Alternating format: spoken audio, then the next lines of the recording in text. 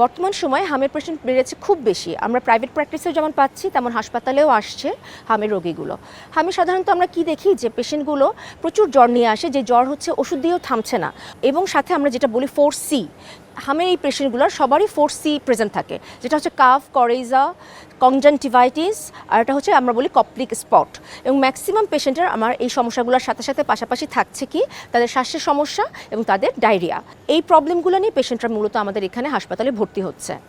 এখন মেইনলি আমাকে যেটা জানতে হবে যে আমরা কখন পেশেন্টকে হাসপাতালে আনবো আর কখন আমি ঘরোয়া ট্রিটমেন্ট দিয়ে সুস্থ করতে পারবো।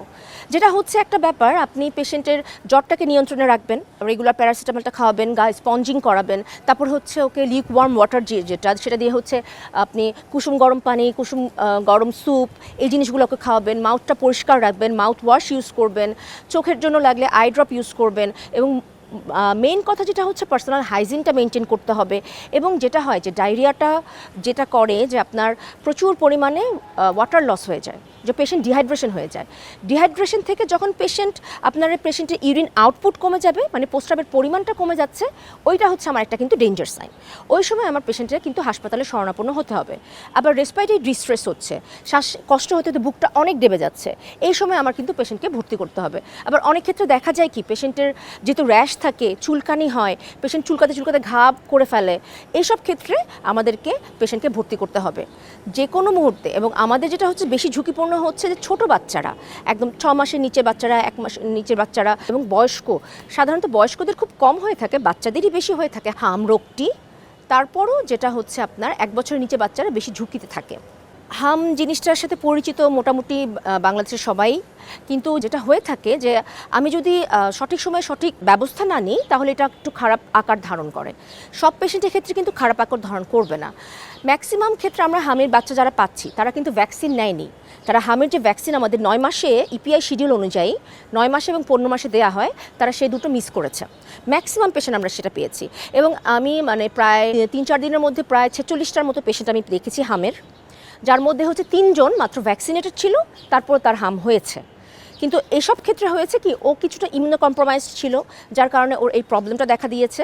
এবং সেক্ষেত্রে ওর কিন্তু হামের যে প্রকোপটা সেটা কিন্তু মাইল্ড, হ্যাঁ, সেটা কিন্তু সিরিয়াস হয়নি যতটা যারা ভ্যাকসিন ছাড়া যেসব পেশেন্ট বাচ্চারা আছে সেসব বাচ্চাদের ক্ষেত্রে দেখা গিয়েছে হামের প্রাদুর্ভাবটা খুব বেশি এবং হামটাকে খুবই বেশি এফেক্ট করেছে। তাদের রেসপিরেটরি ডিস্ট্রেসও হচ্ছে, তাদের ডায়রিয়া কন্ট্রোলে আসছে না, হ্যাঁ, তাদের মানে যেটা হচ্ছে যে তাদের যে কোনো লাইনিং এপিথেলিয়ামগুলো এফেক্টেড হচ্ছে।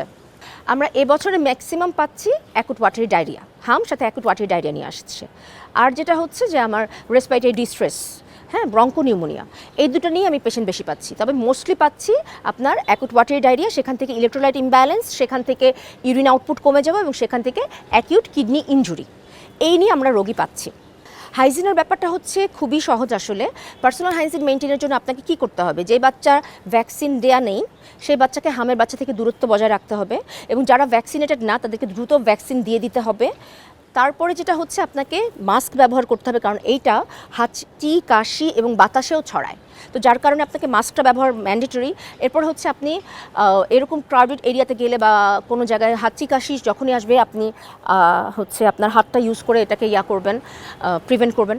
তারপরে যেটা হচ্ছে আপনাকে হাত সবসময় পরিষ্কার পরিচ্ছন্ন রাখতে হবে, হাত সাবান দিয়ে ধুতে হবে, কারণ ভাইরাসটা সাবানে মরে যায়, সাবানের যে থাকে সেটাতে মরে যায়। এবং আরেকটা যেটা হচ্ছে আমরা যদি সাবান সবসময় ইউজ করতে না পারি সেক্ষেত্রে আমরা হচ্ছে হেক্সিসল বা হচ্ছে স্যানিটাইজার এটা ইউজ করলাম এবং বাচ্চাদেরকেও সেই অভ্যাসটা আপনাকে করাতে হবে। কোনো বাচ্চার হেমোফিলিয়া আছে, সেসব বাচ্চাদের মায়েরা হামের টিকা দিতে চায় না বা তারা কোনো ধরনের টিকা দিতেই চায় না।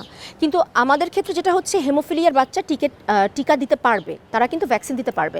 তার আগে তার হেমোফিলিয়া ফ্যাক্টর A না B সেই অনুযায়ী ট্রিটমেন্টটা করে তারপর আমরা তাকে দিতে পারবো, এটা কিন্তু কোনো সমস্যা না। এবং কিছু বাচ্চার ক্ষেত্রে হয় যে ক্যান্সার হয়েছে, অ্যাকুট লিউকেমিয়া হয়েছে, আমাদের কাছে এরকম পেশেন্ট এখন ভর্তি আছে, তো সেই সব পেশেন্টদের ক্ষেত্রেও মা বাবারা দেয় না, যার কারণে হয় কি ওদের এই হামটা হয়। ওরা যদি দেয়া থাকতো ভ্যাকসিনেটেড, ওরা তো এমনি ইমিউনো কম্প্রোমাইজড, ওদের সামান্য একটুতেই অনেক বেশি প্রভাব দেখা দেয়, তো ওরা যদি এই ভ্যাকসিনটা দেয়া থাকতো ওদের কিন্তু এই কষ্টটা হতো না। তো সেই কারণে আমরা যেটা বলি, যখন পেশেন্ট রিমিশনে থাকে, মানে সে ট্রিটমেন্ট পেয়ে একটু ভালো অবস্থায় আছে, ওই সময়ে হচ্ছে তার ভ্যাকসিনটা দেওয়া দরকার। এবং পেশেন্ট যখন কেমোথেরাপি দিচ্ছে ওই সময় কিন্তু ভ্যাকসিনটা দিতে পারবে না, এইটুকু সাবধানতা অবলম্বন করতে হবে। ইদানিং একটা জিনিস দেখা যাচ্ছে, ভ্যাকসিন নিয়ে মায়েদের মধ্যে একটা ভীতি তৈরি হয়েছে। তারা বলছে যে ভ্যাকসিন দিলে বাচ্চার মেমোরি কমে যাবে, বাচ্চা অটিস্টিক হয়ে যাবে, বাচ্চা প্যারালাইজ হয়ে যেতে পারে। এই ধরনের একটা ভ্রান্ত ধারণা ওনাদের মধ্যে ডেভেলপ করেছে। আরেকটা যেটা হচ্ছে কি, একটু জ্বর সর্দি কাশি থাকলে ভ্যাকসিন দিচ্ছে না, কিন্তু এটা খুবই মারাত্মক ঝুঁকি একটা কাজ করছে।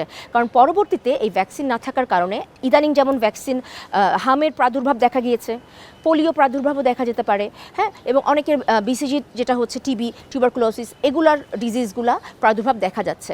তো হামের ক্ষেত্রে আমি বলবো যে যেহেতু এটা রিসেন্ট একদম খুবই বড়সড় আকারে প্রেজেন্ট করছে, হাসপাতালে অনেক পেশেন্ট আসছে এবং ইনফেকশাস ডিজিজ হাসপাতালে মানে একদম ভরে গিয়ে তারপরে হচ্ছে আমাদের যে করোনা হাসপাতাল কোভিড-19 ডিএনসিসি, সেখানেও এখন হামের পেশেন্ট আসছে। তো এইসব পেশেন্টদের ক্ষেত্রে হয়েছে কি, ওরা ভ্যাকসিনটাকে অমিট করে গিয়েছে, যার কারণে ওরা বেশি এফেক্টেড হচ্ছে। এবং আমরা একটা ডাটা কালেক্ট করছি, যে কালেক্টর ওখানে যারা ইপিআই শিডিউল কমপ্লিট করেছে কি করেনি, তার মধ্যে আমরা দেখলাম ম্যাক্সিমাম পেশেন্ট যারা হামে আক্রান্ত হয়েছে, হ্যাঁ, তারা হচ্ছে ভ্যাকসিন ইপিআই শিডিউল অনুযায়ী কমপ্লিট করেনি। আমাদের তরফ থেকে মায়েদের জন্য, অভিভাবকদের জন্য একটা মেসেজ হলো, ভ্যাকসিন অবশ্যই দিবেন, ইপিআই শিডিউলটার কমপ্লিট অবশ্যই করবেন। বাচ্চা যদি সামান্য সর্দি জ্বর কাশি থাকে, সেটা কিছু ভালো হওয়ার পর আপনি ভ্যাকসিনটা দিয়ে নেবেন। যদি এমন হয় যে অনেক বেশি অতিমাত্রায় জ্বর, সেক্ষেত্রে আপনি জ্বরটা একটু ভালো হওয়ার পর ভ্যাকসিনটা দিবেন, তারপরও দিতে হবে। এবং অনেক ক্ষেত্রে আরেকটা ব্যাপার ওরা বলে যে ভ্যাকসিন দিলে বাচ্চার জ্বর আসে, এটা কিন্তু ভালো।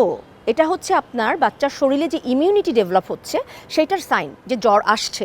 কারণ আমি যখন ভ্যাকসিনটা, হামের ভ্যাকসিন হচ্ছে লাইভ ভ্যাকসিন, এটা যখন আমি বডিতে পুশ করব, সেই অ্যান্টিজেনের এগেইনস্টে আমার একটা অ্যান্টিবডি তৈরি হবে, যার কারণে কিন্তু জ্বরটা হচ্ছে।